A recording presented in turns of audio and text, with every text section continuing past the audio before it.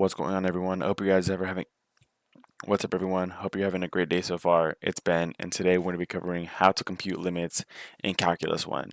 I'm going to be going over a few examples today to make sure you guys understand everything for your upcoming semester. Okay, so for the first example here, we have the limit as x approaches 2 of 6 plus 7x all over x squared minus 1. And so how we evaluate this is the first step should always be direct substitution, meaning we're going to go ahead and take this number, the number that x is approaching, in this case is 2, we're going to go ahead and plug these straight into all the x's that we have in our function. So we're going to go ahead and plug this 2 into this x, and plug this 2 into this x squared, which will result in, so we have 6 plus 7, and then times 2, right? It's 7 times x, so 7 times 2, and then 2 squared minus 1. So simplifying this, we get 6 plus 7 times 2, which is 7 times 2 is 14, plus 6 is 20, and then we get 2 squared, which is 4, minus 1 is 3. And that's it. That's all it takes. That's the answer, 20 over 3.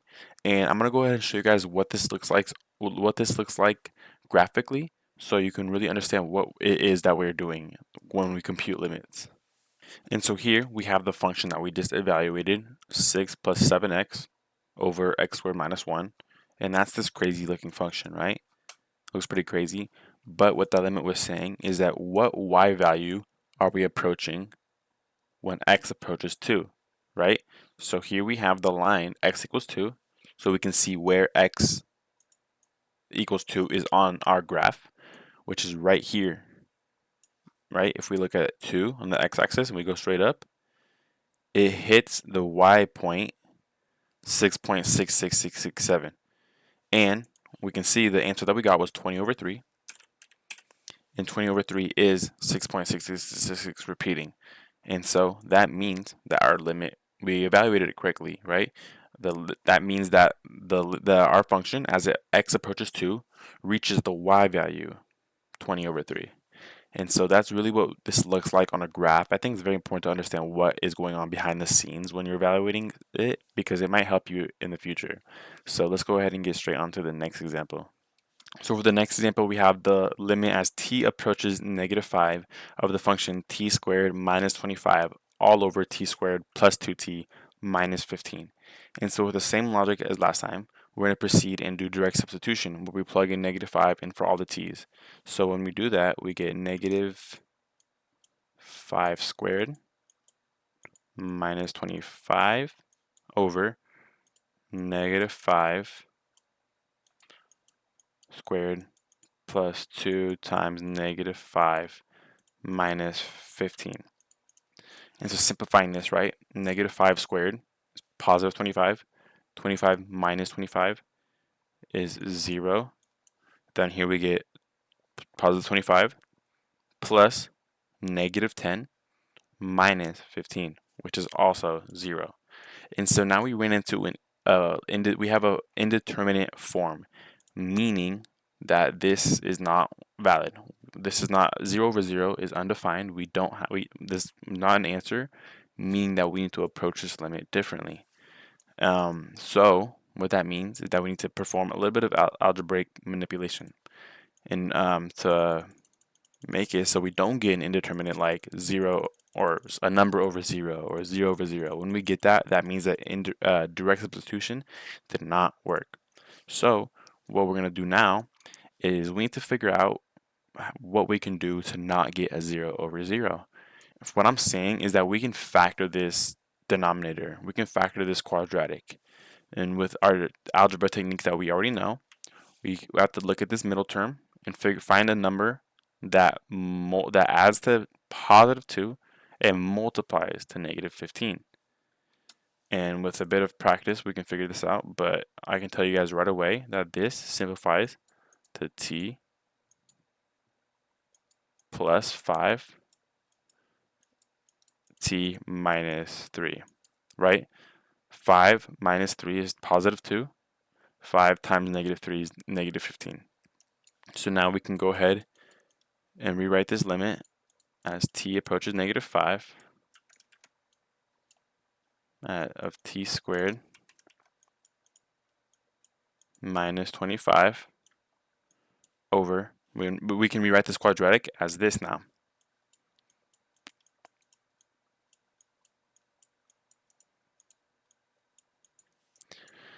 But if we go ahead and try to do substitution now, we're still going to get division by 0. Plugging this -5 in here, we get 0. 0 times t minus 3 is 0. So we'll have 0 over 0 once again, meaning we need to do one more step. We still get an indeterminate form, meaning that we're not done.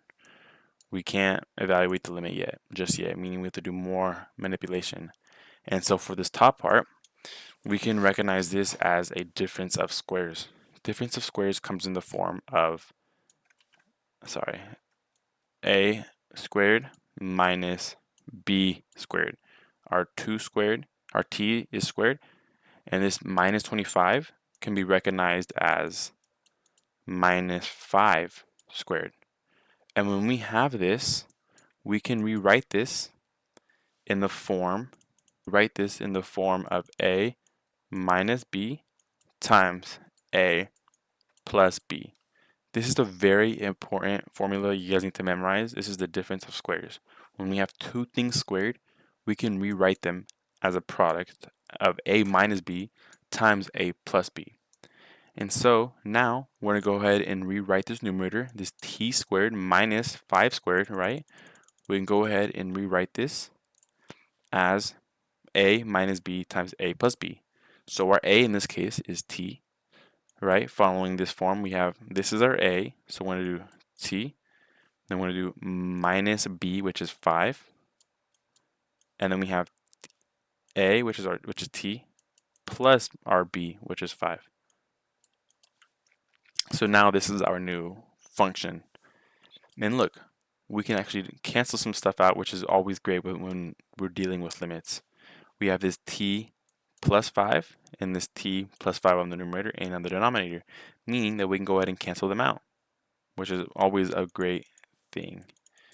So now we have the limit as t approaches -5 of, with what we have remaining, t minus 5 over whatever we have left, t minus 3. Now, if we can go ahead and try substitution again, plugging in our t, which is -5 into all the t's, we get -5 minus 5 over -5 minus 3. Simplifying this, we get -10 over -8, or we get -5 over -4. These turn to positive 5 over 4. That one was a bit more of a tricky one.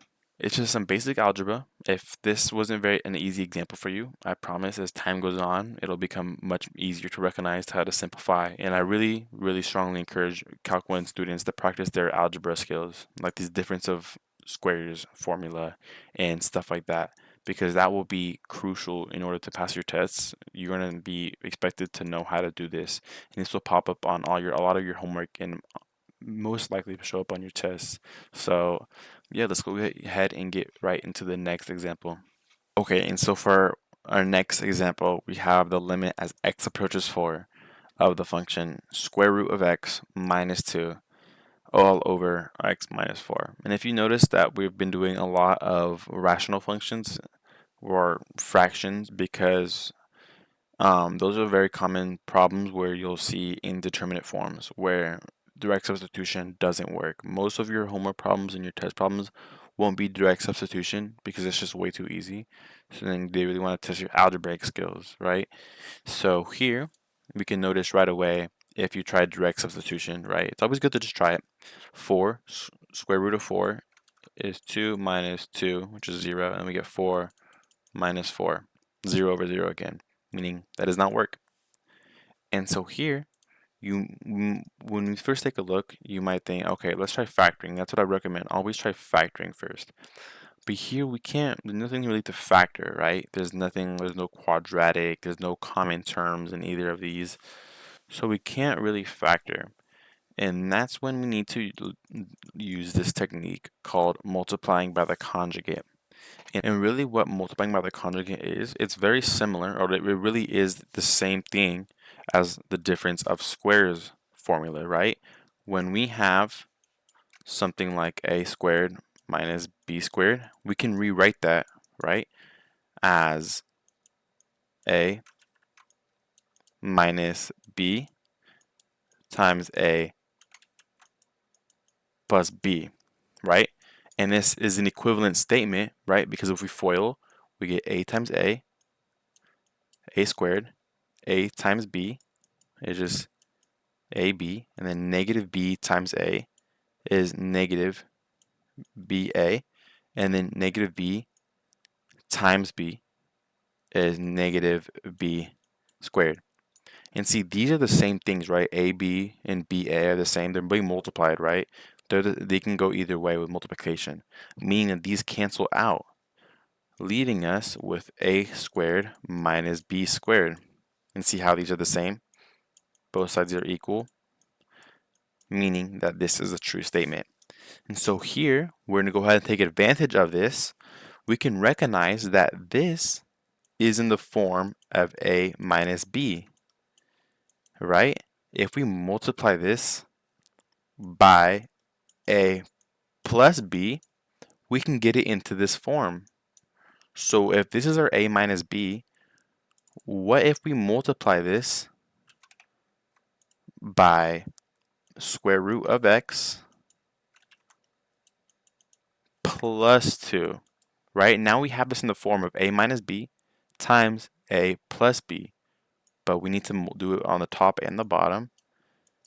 The reason why we're doing it on the top and the bottom is because this is equal to one giant 1. Now, once we've multiplied by basically this giant 1, we can go ahead and rewrite this limit as such, right? Here we have the form of a minus b, right, times a plus b. We know that that's equal to a squared minus b squared. So let's go ahead and identify our a and our b and rewrite it. Our a in this case, right, is what? The square root of x. So we're going to go ahead and write square root of x, and we're going to go ahead and square that. And we have minus our b squared. Our b, right? What is our b? 2. So we have 2 squared. Now the denominator is still the same. Nothing canceled out in the denominator yet, right? We still have this x minus 4. And we have this square root x plus 2. I don't recommend foiling these together. We could foil them, right? But it's all going to play out nicely right now. And yeah, I would not recommend foiling stuff together until you realize, like, if nothing works, then foil it. But most of the time you can get away with just leaving them as two separate linear equations or functions, whatever. So now simplifying this numerator, right? We have square root of x squared, right? These cancel out, leaving us with just x, and then minus 2 squared, 4. And on the denominator, we still have x minus 4, and then the square root of x plus 2, right? And look, what do we have on the top and the bottom that are the same? X minus 4, those cancel out beautifully.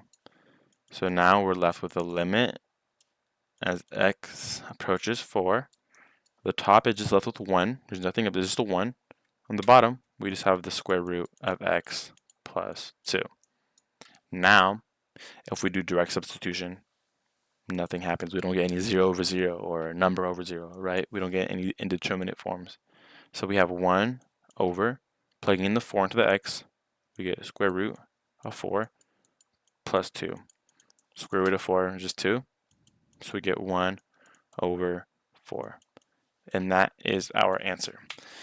This was a bit of a tricky one as well, but these are, I can't stress this enough that these are very important topics, very important algebra tricks that you need to know in Calculus 1. I wish I knew them, and I wish I was better at them when I took Calculus 1. But yeah, they're very important. Difference of squares and multiplying by the conjugate to get this into this form so we can rewrite it as an a squared minus b squared helped us greatly in this problem and made everything so much simpler. And let's go ahead and get right into the next problem. Okay, on to the last example here. We have the limit as x approaches 0 of 6 plus x squared minus 36 all over x. And it's pretty clear that direct substitution doesn't work, right? If you plug in 0 for this x, you instantly get division by 0, which is, we can't have that, right? We don't want that. That doesn't help us at all. So that's an indicator that we need to do something else. We need to factor, expand, do something, right? So something that I'm seeing right away is that we can't really factor anything, right? There's no common terms anywhere, right? So when I see something like this is 6 plus x squared, I automatically think, okay, maybe let's try expanding this, right? Because look, we have a negative 36 and we have a 6 here. 6 squared is 36. Those could cancel out, maybe. That might help us out. So let's go ahead and try that, right? So it's expanding this out, right? X plus 6, we get, this is basically x plus 6 times x plus 6, right? It's squared. So foiling it, we get x squared. And then we get plus 6x plus 6x plus 36. And then this part in the middle, right, just adds to 12x. Nice. So let's go ahead and rewrite our limit as x approaches 0. And our new numerator is x squared plus 12x plus 36 minus 36 over x, right? Now these nicely cancel out. So we're left with the limit as x approaches 0 of, let's see what we have remaining, right? We have an x squared plus, sorry, it's supposed to be x, plus 12x over x, right? So direct substitution, let's try it out. Plugging in 0, we still get division by 0, meaning that does not work. So what's something that we could do? I'll give you guys a second to think about it. So what I would do is, look, we have a common term, don't we? We have an x in this term, x in this term, and x in this term, right? So look on the top, what if we factor out an x, right?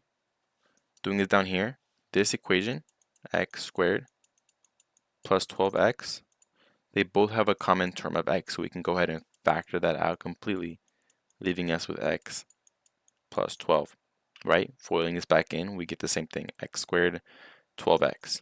So we can go ahead and rewrite this as a limit as x approaches 0 of x times x plus 12 over x. Now look, this is being multiplied, right? We have an x over x. Cancel out nicely. It's always satisfying for me to cancel stuff out. I love it. So now we left with the limit as x approaches 0 of just x plus 12. Plugging in 0, do we get an indeterminate form? No, we don't. We just get 0 plus 12, or just clearly 12. And yeah, this is a very important problem because you'll see coming up soon in your class that this is very similar to a difference quotient, which is similar to taking a derivative by using a limit, which you'll learn about in the future. But this is a very good example right here. Whenever you see something like this, it's always good to try factoring first, which I recommend, but if nothing factors, so expanding might make it look ugly for a little bit, but stuff cancels out nicely, and it ended up helping us at the end. And so yeah, that's going to be the last problem of this video. I hope you guys really enjoyed. Make sure to follow me on my TikTok down below. I'll link it, and expect a lot more videos to come. Calculus 1, Calculus 2 especially. I'll try to get to Calculus 3 soon, as those videos take a bit more time. But at Calculus 1 and Calculus 2 and some differential equations, since I'm pretty good at that class, you can expect to see a lot of that very, very, very, very, very soon. So please subscribe. put post notifications on, and have a great rest of your day.